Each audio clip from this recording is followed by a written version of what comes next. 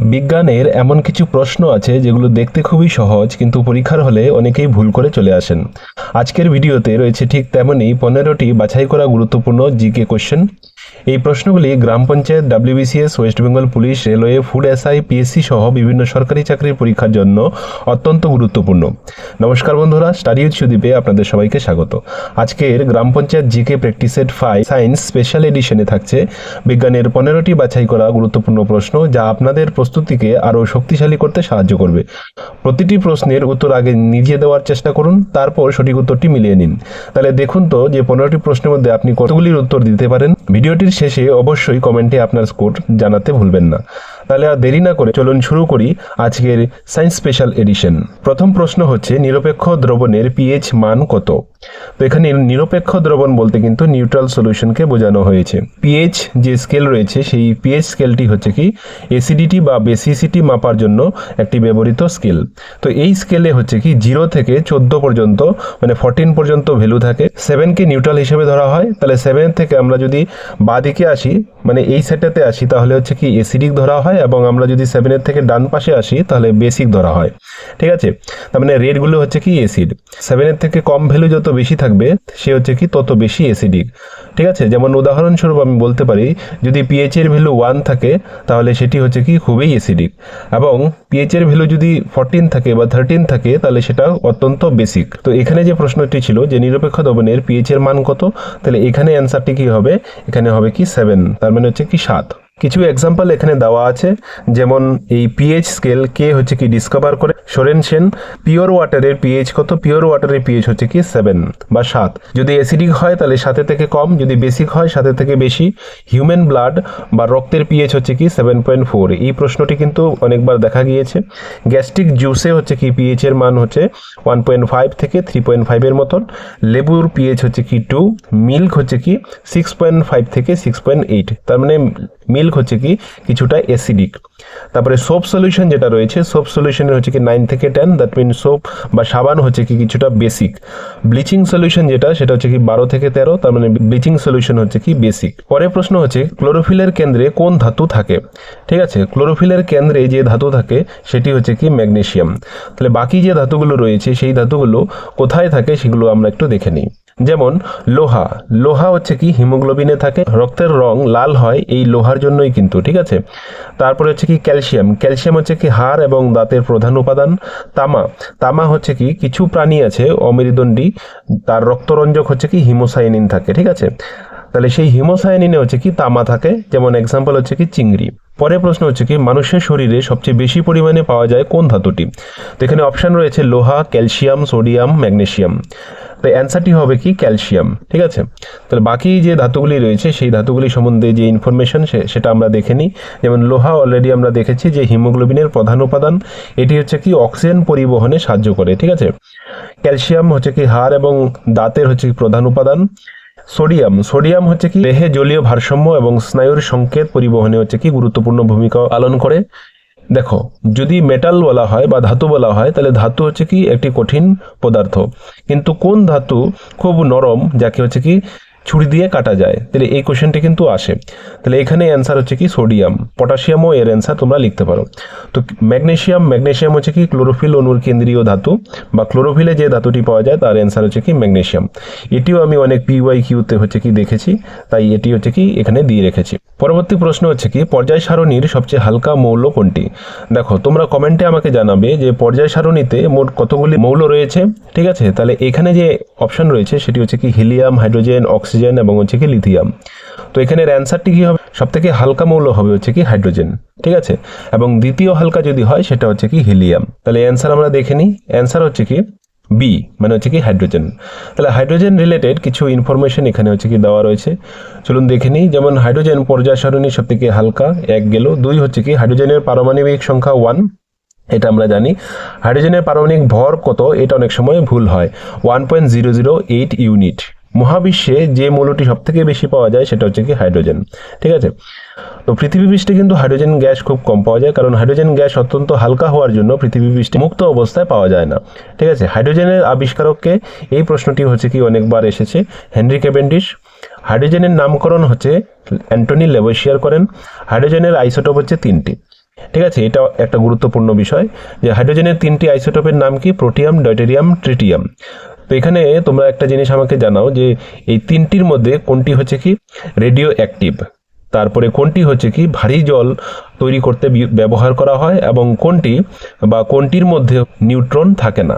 ঠিক আছে, electron, proton এবং নিউট্রন এগুলি হচ্ছে কি সাবঅ্যাটমিক পার্টিকেল, কিন্তু এর মধ্যে একটা রয়েছে, ঠিক আছে, যেটার মধ্যে হচ্ছে কি নিউট্রন থাকে না।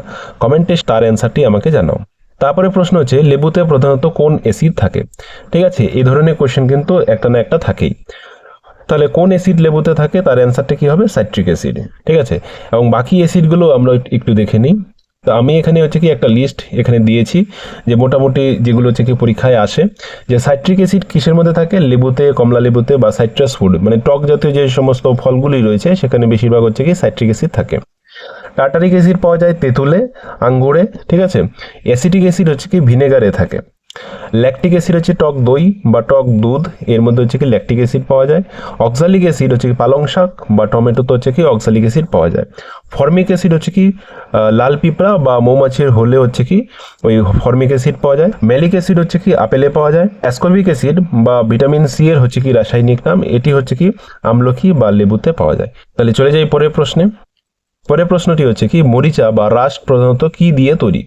ঠিক আছে, তো এখানে অপশন হচ্ছে iron sulphide, iron oxide, iron carbonate, iron chloride. তো এখানে যে অ্যান্সারটি হবে সেটা হচ্ছে কি আয়রন অক্সাইড। আমরা একটু অ্যান্সারটি দেখে নিই, অ্যান্সার হচ্ছে বি, আয়রন অক্সাইড। ঠিক আছে, রাস্টিং বা মরিচা পোড়াকে রাস্টিং বলা হয়। মরিচার যে রাসায়নিক সেটা হচ্ছে কি হাইড্রেটেড আয়রন অক্সাইড। ঠিক আছে, এখানে এর সংকেতটি লিখে দেওয়া রয়েছে Fe2O3.XH2O। এক্স হচ্ছে কি অজানা রাশি, তার মানে হচ্ছে কি কত মলিকিউল বা কত অণু জল থাকবে সেটা নির্দিষ্ট নয়, তাই হচ্ছে কি এক্স ইউজ করা হয়েছে। মরিচা পড়ার জন্য দুটি জিনিস প্রয়োজন, একটা হচ্ছে কি অক্সিজেন আর একটা হচ্ছে কি জল বা H2O। দুটি হচ্ছে কি বাতাসে থাকে। মরিচা পোড়া একটি জারণ বিক্রিয়া বা অক্সিডেশন বিক্রিয়া। তো মরিচা আটকানোর জন্য আমরা কি কি করতে পারি, আমরা রং, তেল, গ্রিজ এই সমস্ত জিনিস অ্যাপ্লাই করতে পারি। এগুলি অ্যাপ্লাই করলে কি হবে, যে লোহার উপর আমি যদি রং দেই বা গ্যালভানাইজেশন প্রক্রিয়ায় জিঙ্কের প্রলেপ দেওয়া হয়, তো এগুলো কি করবে, যে বাতাসের অক্সিজেন এবং যে ওয়াটার রয়েছে সেই অক্সিজেন বা ওয়াটারকে লোহার সংস্পর্শে আসতে বাধা দিবে, তাহলে মরিচা পড়বে না। স্টেনলেস স্টিলে হচ্ছে কি মরিচা পড়ে না, কারণ এটি হচ্ছে কি একটা অ্যালয় বা সংকর ধাতু। ঠিক আছে, তোমরা এই জিনিসটা যদি জেনে থাকো স্টেনলেস স্টিলে কি কি থাকে তাহলে আমাকে জানাও। মরিচা পোড়ার যে কেমিক্যাল রিয়েকশন সেই কেমিক্যাল রিয়েকশনটাও এখানে হচ্ছে কি দেওয়া রয়েছে। তাহলে চলে যাই পরের প্রশ্নে। পরের প্রশ্নটি হচ্ছে হাসির গ্যাস নামে কোনটি পরিচিত। এখানে যে অপশন রয়েছে সেটা হচ্ছে কার্বন ডাইঅক্সাইড, তারপরে N2O that mean nitrous oxide, SO2 sulphur dioxide, NH3 মানে অ্যামোনিয়া। তো সঠিক অ্যান্সারটি হবে নাইট্রাস অক্সাইড N2O। তাহলে এই ধরনের কোশ্চেন যেহেতু আসে আমি কিন্তু এখানে একটি লিস্ট দিয়েছি, এই লিস্টটি তোমরা একটু মনে রাখবে। ঠিক আছে, যেমন লাফিং গ্যাস তো দেখলাম nitrous oxide, tear gas CS gas, marsh gas যেটা রয়েছে সেটা হচ্ছে কি মিথেন গ্যাস CH4, ওয়াটার গ্যাসে কি থাকে কার্বন মনোঅক্সাইড আর হাইড্রোজেনের হচ্ছে মিশ্রণ, প্রডিউসার গ্যাসে হচ্ছে কি কার্বন মনোঅক্সাইড তার সঙ্গে হচ্ছে নাইট্রোজেন থাকবে, কোল বা কয়লা গ্যাস যেটাকে বলা হয় সেখানে কার্বন মনোঅক্সাইড তো থাকবেই, তার সঙ্গে হাইড্রোজেন থাকবে আর হচ্ছে কি মিথেন থাকবে। লিফটিং গ্যাস কাকে বলা হয়, হিলিয়ামকে। ড্রাই আইস যেটা সেটা হচ্ছে কি কার্বন ডাই অক্সাইডের সলিড ফর্মকে ড্রাই আইস বলা হয়। বায়োগ্যাস কোনটি, মিথেন গ্যাসকে বলা হয় বায়োগ্যাস। ঠিক আছে, এটাও কিন্তু ইম্পর্টেন্ট। ওকে, তাহলে চলে যাই পরের প্রশ্নে। পরের প্রশ্নটি হচ্ছে কি এলপিজি এর প্রধান উপাদান কি। তাহলে এলপিজি যেটা আছে সেটার যে ফুল ফর্ম সেটা হচ্ছে লিকুইফাইড পেট্রোলিয়াম গ্যাস। তো এখানে যে প্রধান উপাদান সেটা দেওয়া আছে মিথেন, তারপর হচ্ছে প্রোপেন, বিউটেন, ইথেন, হাইড্রোজেন। সঠিক অ্যান্সারটি হচ্ছে কি বি নাম্বার, প্রোপেন ও বিউটেন। ঠিক আছে, এই প্রোপেন এবং বিউটেন এরা কিন্তু হাইড্রোকার্বন। তাহলে অ্যান্সার আমরা দেখে নিই এখান থেকে, অ্যান্সার হচ্ছে বি। ঠিক আছে, তো এলপিজি সম্বন্ধে কিছু ইনফরমেশন দেওয়া আছে, যেমন এর ফুল ফর্ম দেওয়া আছে লিকুইফাইড পেট্রোলিয়াম গ্যাস, তারপরে এটি হচ্ছে কি বর্ণহীন এবং গন্ধহীন।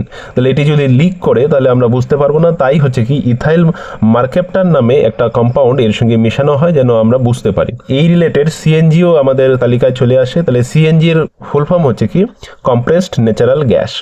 সিএনজি এর প্রধান উপাদান হচ্ছে কি মিথেন, এবং যানবাহনে কিন্তু সিএনজি ব্যাপকভাবে ব্যবহার করা হচ্ছে। ঠিক আছে, পরের প্রশ্ন হচ্ছে অগ্নি নির্বাপক যন্ত্রে সাধারণত কোন গ্যাস ব্যবহার করা হয়?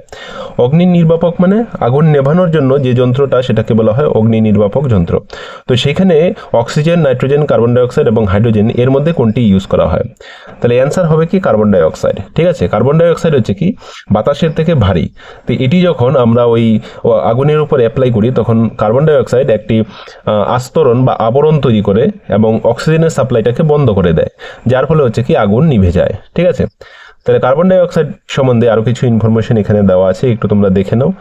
ড্রাই আইস আমরা বললাম। ঠিক আছে, এখানে একটি ইনফরমেশন দেওয়া আছে, যেমন হচ্ছে কি ড্রাই কেমিক্যাল পাউডার বা ফায়ার এক্সটিংগুইশারে NaHCO3 ব্যবহার করা হয়। ঠিক আছে, এটি সম্বন্ধে আমরা পরবর্তী প্রশ্নে ডিটেলসে আলোচনা করব। এটাকে বলা হচ্ছে কি সোডিয়াম হাইড্রোজেন কার্বনেট বা সোডিয়াম বাইকার্বনেট।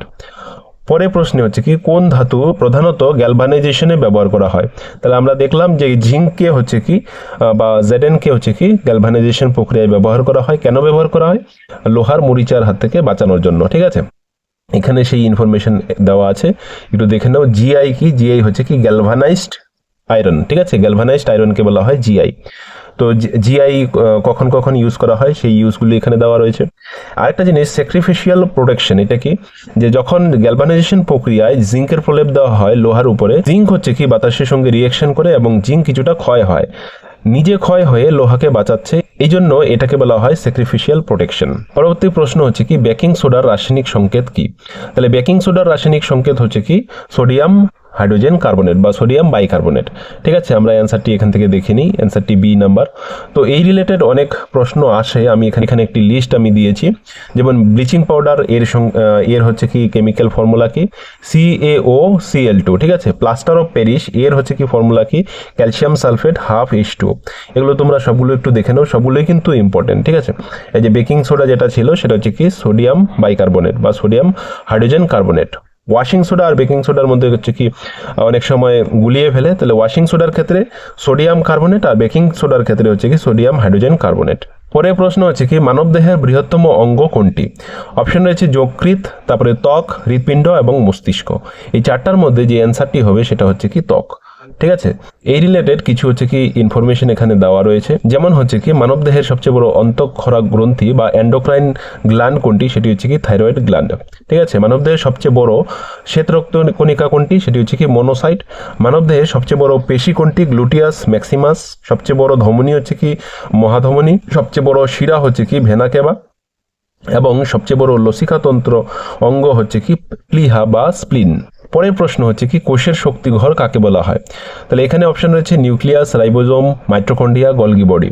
ঠিক আছে, তাহলে অ্যান্সারটি হবে মাইটোকন্ড্রিয়া। কিন্তু প্রশ্ন হচ্ছে কি কেন বলা হয়? দেখো, শ্বসন প্রক্রিয়ায় যে শক্তি উৎপন্ন হয় তার বেশিরভাগটাই কিন্তু মাইটোকন্ড্রিয়ার মধ্যে তৈরি হয় এবং এই কারণে মাইটোকন্ড্রিয়াকে কি বলা হয়? কোষের শক্তিঘর। ঠিক আছে, আরেকটি প্রশ্ন আসে যে এনার্জি কারেন্সি কাকে বলা হয়? সেটি হচ্ছে কি ATP। তো এখানে কিছু ইনফরমেশন দেওয়া আছে, যেমন কোষের নিয়ন্ত্রণ কেন্দ্র কোনটি বা কন্ট্রোল সেন্টার কোনটি? নিউক্লিয়াস কিন্তু কোষের অ্যাক্টিভিটিকে কন্ট্রোল করে, এই জন্য নিউক্লিয়াসকে বলা হয় কন্ট্রোল সেন্টার। ঠিক আছে, কোষের আত্মঘাতী থলি কোনটি বা সুইসাইডাল ব্যাগ কোনটি? লাইসোজোম এর হচ্ছে কি অ্যান্সার। কেন লাইসোজোম? কারণ লাইসোজোমের মধ্যে হচ্ছে কি কিছু শক্তিশালী এনজাইম থাকে যেগুলি হচ্ছে কি কোষে তৈরি হওয়া ওয়েস্ট মেটেরিয়াল বা বজ্র পদার্থকে হচ্ছে কি খেয়ে ফেলে এবং কোষকে পরিষ্কার রাখতে সাহায্য করে। যদি প্রয়োজন হয় তাহলে পুরো কোষটিকে হচ্ছে কি সেলটিকে ওই লাইসোজোম খেয়ে নিতে পারে এবং এই জন্য লাইসোজোমকে বলা হয় আত্মঘাতী থলি। কোষের প্রোটিন তৈরির কারখানা কোনটি বা প্রোটিন ফ্যাক্টরি কোনটি? সেটি হচ্ছে কি রাইবোজোম। এবং সালোক সংশ্লেষের স্থান কোনটি? সেটা হচ্ছে কি ক্লোরোপ্লাস্ট। চলে যাই পরের প্রশ্নেতে। পরের প্রশ্নটি হচ্ছে কি মানবদেহের সবচেয়ে বড় অস্থি কোনটি?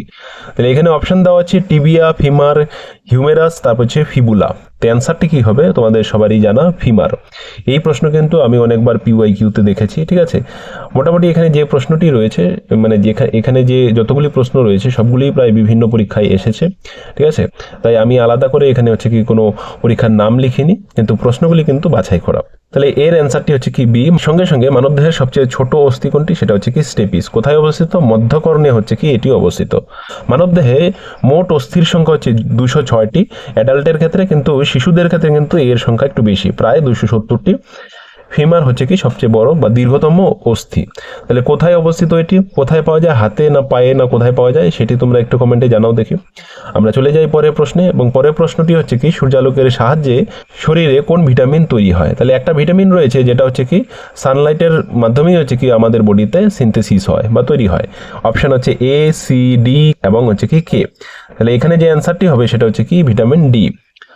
তাহলে ভিটামিন ডি সম্বন্ধে আরও কিছু তথ্য আমরা এখান থেকে দেখে নিই। ভিটামিন ডি এর রাসায়নিক নাম হচ্ছে কি ক্যালসিফেরল।